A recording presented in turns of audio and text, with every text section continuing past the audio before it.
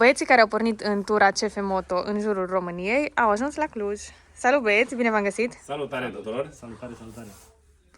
Vă rog să îmi povestiți un pic despre zilele voastre, să vă prezentați, să vă cunoască și publicul nostru.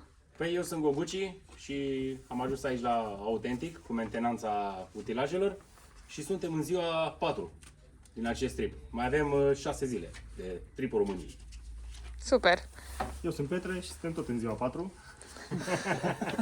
Deci nu v-ați pierdut pe drum. Nu, suntem toți în aceea zi, am plecat toți odată, sper să ajungem toți odată. Și eu la fel, și eu sunt Joey, salut și hai să vedem. Am aici niște întrebări la care va trebui să răspundem. Sunteți pregătiți? Da. Dai, start. Cine a fost cu ideea și ce v-a inspirat să faceți acest tur? Mâna sus. Eu am fost starterul, eu am fost cel care s-a gândit la asta. Dar proiectul este făcut împreună cu Joey și Eu am venit mai târziu. upgradat de Goguci. Eu am venit mai târziu, când am auzit ideea, am zis gata, trebuie neapărat să mă bag, las la o parte tot ceea ce fac și uite-mă aici. Ok, următoarea întrebare. Următoarea întrebare. De ce ați ales CF Moto Z-Force 950 Sport? Pe aici cred că tot eu trebuie să spun, nu? Da. Pentru că sunt niște modele noi, eu știam de apariția lor și am zis că trebuie să facem ceva în premieră și ceva ce lumea încă nu a văzut. Și da, de ce să nu vadă de la noi dacă se poate? Perfect. Adevărat. Auzi, ne întreabă dacă am mai făcut așa ceva până acum. Nu? Nu, la modul ăsta nu, am mai avut tripuri, dar puțin mai calme decât ceea ce se întâmplă acum și nu prima atât de oară. multe zile. Da, e prima oară Și nu și- doar pe traseu montan. Și cum v-ați pregătit pentru tur? Eu recunosc cu mâna pe inimă, nu m-am pregătit super bine. Haine personale cam puține, mai mult echipament foto, echipament video, o dronă, un GoPro. Asta e important Asta pentru conține noi. bagajul meu și am umerii foarte rupți pentru că avem multe camere. Băieții presupun că la fel. Ce vedeți pe noi sunt singurele haine curate?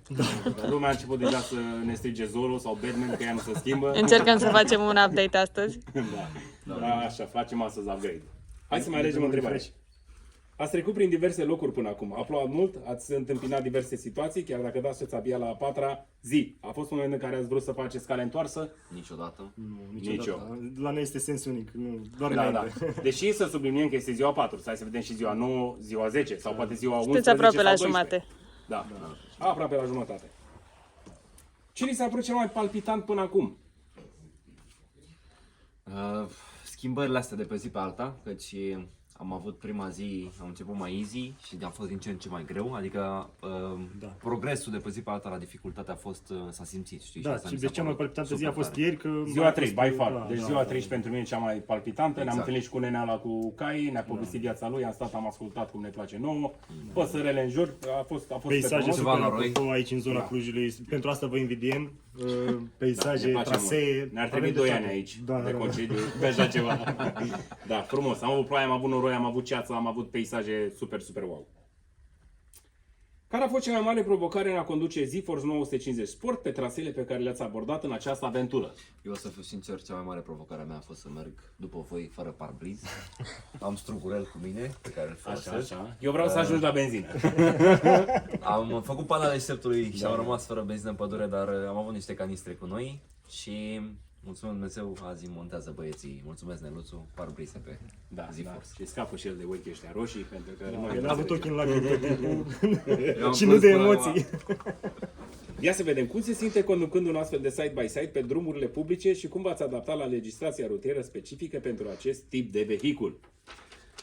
Da, se conduc foarte bine și pe drum, doar că trebuie să avem grijă cu distanța de frânare, pentru că anvelopele nu sunt pentru asfalt, sunt pentru off-road, deci derapează destul de repede și frânează foarte greu. Adică este nevoie de foarte mare atenție, dar se conduc foarte bine dacă respecti cele două condiții. Conduci preventiv și nu ai probleme. Exact, Din punctul da. meu de vedere se comportă, adică nu mă așteptam să meargă atât de bine pe asfalt și aici nu glumesc, chiar ca lumea. Și cu legislația, hai să povestim puțin cu Da, nu trebuie- prima oprire, ci a doua, că am povestim. avut două opriri. Am auzit că ați avut Da, una cu peripeții. jandarmii a fost a decurs flawless, a fost așa mai de rutină, dar la poliție am avut un mega debate după ce ne-a făcut cu mâna trageți pe dreapta. A început cu, noi îi spuneam cum pe scurt, a început cu chemați platforma. Cu platforma plecați de aici. Da, După aia le-a zis Petre, permiteți-mi să vă contrazic. Nu, hai să spunem circula. care a fost problema. Da. Din punctul lor de vedere, noi fiind cu SSV-urile înmatriculate pe Cluj, eram în județul Alba, la vreo 30 de metri de granița cu județul Cluj. Dânsul încerca să ne spună că nu avem voie în afara județului în care sunt înmatriculate, noi țineam să-l contrazicem.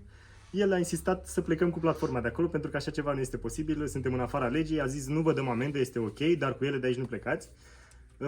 Am dat niște telefoane și noi ca orice român. I-am spus că ne-am asigurat înainte să plecăm, că facem un tur foarte lung, că cei de la sediu și cei care ne-au ajutat să facem asta s-au asigurat că este totul în regulă și că putem face tripul fără niciun fel de problemă. El l-a înțeles, a venit un coleg care l-a tras ușor de mânecă și a zis colegul s-a schimbat legea puțin. S-a schimbat legea puțin, lasă-i pe băieți că sunt ok. Te-ai setat rău de tot pe platforma. Da. Petre, am o întrebare pentru tine. Spune ce sfaturi ai avea pentru cei care doresc să-și ia modelul care am și suntem noi întâi. Da, sfatul. Da, un sfat.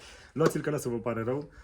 Este puțin mai ușor decât Z-Force 1000 și este prin consecință un pic mai jucăuș. Este mult mai manevrabil, te poți băga în locuri mult mai înguste, adică aproape că te poți ține pe traseele de ATV. Cu mici excepții, dar te poți ține pe traseele de ATV. Nu este la fel de manevrabil ca un ATV printre copaci sau prin păduri, dar este mult mai manevrabil decât Z-Force 1000 Sport, adică cel fratele lui mai mare. Puterea este aceeași, tracțiunea este aceeași, sistemul de tracțiune, grupurile, diferențialele sunt la fel de bune. Deci ai un avantaj că este mult mai ușor și mult mai fâșneț, range mult mai mare pentru că este ceva mai ușor, accelerație mult mai bună, deci am și ceva de adăugat aici. Stați aproape pe canalele noastre de YouTube pentru că urmează vlog și veți vedea cum se manevrează. Exact. Eu zic că foarte bine. Da, da, acolo vor vorbi imaginile, nu voi mai vorbi eu. Am și eu un punct de spus. E și mult mai confortabil decât Este. modelul de anul trecut. Este. Da. A patra zi și nu avem nimic momentan. Cea mai importantă întrebare până acum. Care e planul de acum și ce urmează? Zi tu, Joe, că tu ai fost destul de mult ca pe post de GPS astăzi. Da. El întotdeauna știe unde, nu trebuie să le spunem că el știe drumul. Da, eu știu un drum peste tot, numai că nu toate drumurile duc undeva. Nu le duc în curțile oamenilor. Nu, n-am ajuns din fericire. N-am intrat, dar ne-am oprit la timp. Am ocolit într-adevăr curțile. Mâine trebuie să ajungem la Vatra Dornei, dacă zic bine. Da. Știu un drum. Și ulterior ne îndreptăm către Piatra Neamț, Bacău, Galați, Tulcea, Delta Dunării și Constanța. Sperăm să ajungem cu bine și să ajungem în cele 10 zile planificate, exact, da? Dar ăsta e planul. Încă și după la București, stai că n-ai spus de București. Bine, de la mare la București vedem cât timp facem, că acolo nu e... Dacă ne țin oasele, eu zic să mergem până în Grecia. M-am povestit atunci. Punem numere roz, ca să nu ne mai vrească nimeni. Doamne, sunt autovehicule speciale, lăsați-ne. Da. Da, Super. și cam atât. Asta Mulțumesc frumos, mulțumesc băieți, succes în continuare și distracție plăcută. Da. Vă urmărim pe Facebook și pe Instagram și pe toate canalele voastre. Ciao! Ciao! Ciao!